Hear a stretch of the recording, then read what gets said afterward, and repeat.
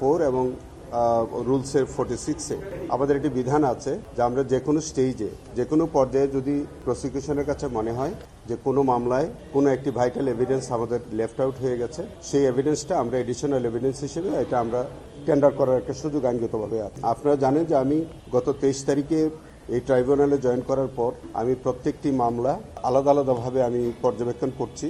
যেসব মামলাগুলোর ইনভেস্টিগেশন সঠিকভাবে হয়েছে বলে আমার কাছে মনে হচ্ছে সেগুলো আমি স্ব প্রসিকিউটরদেরকে আমি সেইভাবে চালানোর নির্দেশ দিচ্ছি। যেগুলো ইনভেস্টিগেশন আমার কাছে মনে হচ্ছে যে এই ইনভেস্টিগেশনগুলো আবারও হওয়া উচিত, সেগুলো আমি সংশ্লিষ্ট তদন্তকারী কর্মকর্তাদেরকে আমি সেইভাবে নির্দেশনা দিচ্ছি।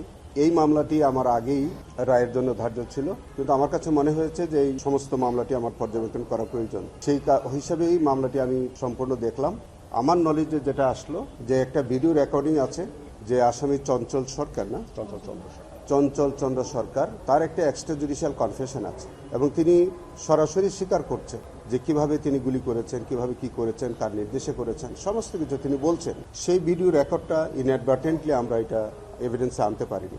আমার কাছে মনে হচ্ছে যে এরকম একটি শক্ত সাবুত এভিডেন্স যেটা আমরা না দেওয়ার কারণে আমার কাছে মনে হচ্ছে যে এটা আমাদের দেওয়া প্রয়োজন। সেই কারণে আজকে আমরা আদালতের কাছে, ট্রাইব্যুনালের কাছে আমরা আবেদন জানিয়েছি যে আমরা এই এভিডেন্সটা আনতে চাই, আমরা টেন্ডার করতে চাই। মাননীয় ট্রাইব্যুনাল হয়তো আমাদের আবেদন বিবেচনা করে হয়তো এটা একজন করতে পারেন বা কি করবেন এটা ট্রাইব্যুনাল এখনো সিদ্ধান্ত দেননি। আমাদের ডিফেন্স হ্যাঁ আমরা 4 সপ্তাহ সময়ের কথা বলেছি। ডিফেন্সের আইনজীবী সময় চেয়েছেন, তারা আসলে তারা কি বলতে চান। আমাদের বক্তব্যটা হচ্ছে যে আমরা একটা অ্যাডজনমেন্ট চেয়েছি। ইন দ্য মিন টাইম আমাদের হাতে যে এভিডেন্সটা আছে এইটা আমরা এই মামলায় এটা আমরা টেন্ডার করতে চাই। এত শক্ত ডকুমেন্ট থাকার পরেও এভিডেন্সটা কেন দেওয়া হয়? এটা তো নতুন না, এটা তো আগে থেকেই পেয়েছেন। এইটা আমরা এটা কবে পেয়েছি ঠিক আমি জানি না, তবে এটা আমার নলেজে আসছে খুব রিসেন্টলি। তো সেই বিষয়গুলো আমি যখন আমরা টেন্ডার করব এভিডেন্সে তখন আপনাদের কাছে ডিটেলসটা আমরা জানাবো। সাক্ষ্য গ্রহণ প্রয়োজন হবে না। এটা আমরা যদি টেন্ডার করি আমরা সরাসরি এভিডেন্সে দিতে পারবো। ডিফেন্সকে শুধু আমাদের নোটিশ দিলেই হবে। না, এটা গাফিলতি না, এটা আমাদের ত্রুটি বিচ্যুতির মধ্যে হতে পারে, অথবা এভিডেন্সটা হয়তো তখন ছিল না, সাবসিকুয়েন্টলি হয়তো এসছে, এরকম হতে পারে। যেহেতু এটা বিষয়টা আমার কাছে ইনস্ট্যান্টলি আসছে, এই জন্য আমি তাৎক্ষণিকভাবে মনে হলো যে এই এভিডেন্সটা আমাদের দেওয়া প্রয়োজন।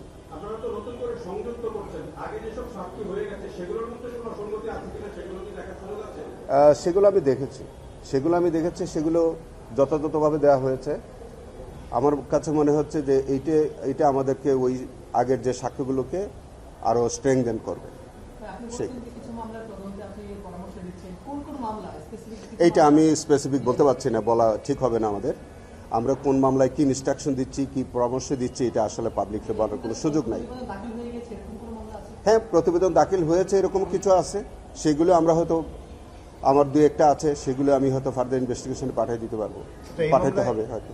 এই মামলায় একটা অভিযোগ আছে, শুরু থেকে একটা অভিযোগ আছে, আমার কাছেও একটা এভিডেন্স আছে।